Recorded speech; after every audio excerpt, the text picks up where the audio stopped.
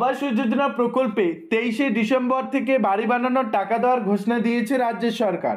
আর এরই মধ্যে বড়সড় একটি আপডেট উঠে এসেছে।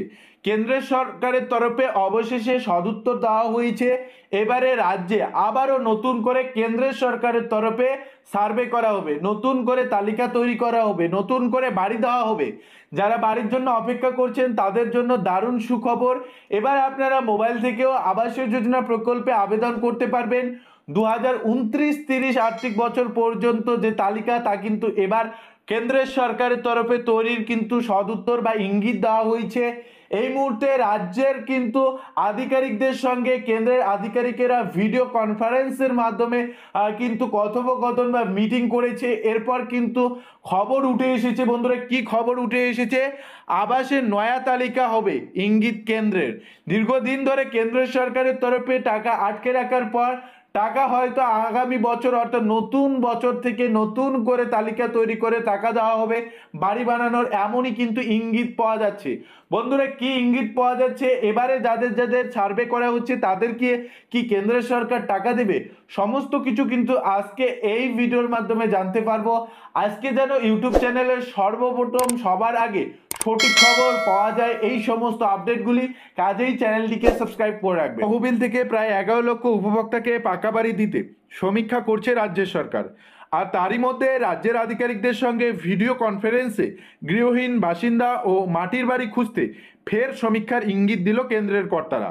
বন্ধুরা, প্রশাসন সূত্রে খবর, কেন্দ্র গ্রাম উন্নয়ন মন্ত্রকের যুগ্ম অধিকর্তা গয়া প্রসাদ ও যুগ্ম সচিব অজয় মোয়ের জানিয়েছেন, প্রতিটি ব্লকের সমীক্ষক দলকে নিয়ে কর্মশালা করার পরে আগামী অর্থবর্ষের গোড়া থেকে আবাস প্রকল্পের নতুন তালিকা তৈরির কাজ ফের শুরু হবে।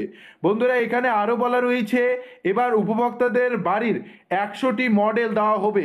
তার থেকে বাঁচতে মঙ্গলবার পশ্চিমবঙ্গ, সিকিম সহ কয়েকটি রাজ্যে আবাস প্রকল্পে দায়িত্ব থাকা রাজ্য জেলা স্তরের আধিকারিকদের সঙ্গে ভিডিও কনফারেন্স করে কেন্দ্রের ওই দুই আধিকারিক।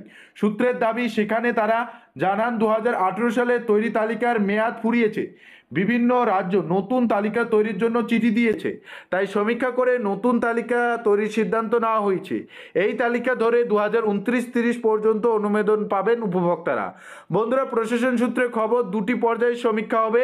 প্রথম পর্যায়ে মোবাইল অ্যাপ্লিকেশনের মাধ্যমে যে কোনো বাসিন্দা আবেদন করতে পারবেন। যাদের বাড়ির প্রয়োজন তারা কিন্তু মোবাইল অ্যাপ্লিকেশন থেকে আপনারা আবেদন করতে পারবেন। কি সেই মোবাইল অ্যাপ্লিকেশন সেটাও জানাবো।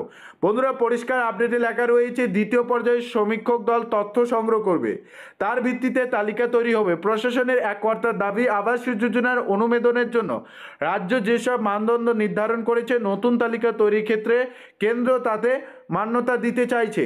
রাজ্যের পঞ্চায়েত মন্ত্রী প্রদীপ মজুমদারের বক্তব্য, আমরা নতুন তালিকা তৈরির জন্য বারবার চিঠি দিচ্ছি, সেজন্য ভার্চুয়াল বৈঠক করছে। রাজ্যের বিরোধী দলনেতা বিজেপি শুভেন্দু অধিকারী হুঁশিয়ার, এবার চূড়ান্ত তালিকা তৈরির জন্য চিঠি দেওয়া হয়েছে। এই ছিল আপডেটটি কেমন লাগলো কমেন্ট বক্সে জানাবেন। আজকে যেন ইউটিউব চ্যানেল সবার আগে সঠিক খবর নিয়ে আসে। বন্ধুরা, জানা যাচ্ছে কেন্দ্রের সরকারের তরফে ইঙ্গিত দেওয়া হয়েছে, আগামী বছর থেকে যে সমীক্ষক দল সার্ভে করছে তাদের একাংশকে নিয়ে ইতিমধ্যে কিন্তু একটা কর্মশালা করা হবে। তার মধ্যে কিন্তু তারা বাড়ি বাড়ি গিয়ে সমীক্ষা করবে এবং মোবাইল অ্যাপের মাধ্যমে তারা কিন্তু অর্থাৎ যে বাসিন্দারা বাড়ির জন্য অপেক্ষা করছেন তারা কিন্তু মোবাইল অ্যাপের মাধ্যমে আবেদন করতে পারবেন। একাধিক ফ্যাসিলিটি রাখা হবে। যাই হোক, ইতিমধ্যে যে আপডেট উঠে এসেছে সেই আপডেট মোতাবেক জানা যাচ্ছে, হয়তো দীর্ঘদিন পর কেন্দ্রের সরকারের তরফে পশ্চিমবাংলায়, হয়তো অন্যান্য রাজ্যের মধ্যেও পশ্চিমবঙ্গেও কিন্তু এবার হয়তো বাংলা আবাস যোজনা প্রকল্পের কাজ পুনরায় শুরু হবে, এমনটাই আশ্বাস পাওয়া যাচ্ছে।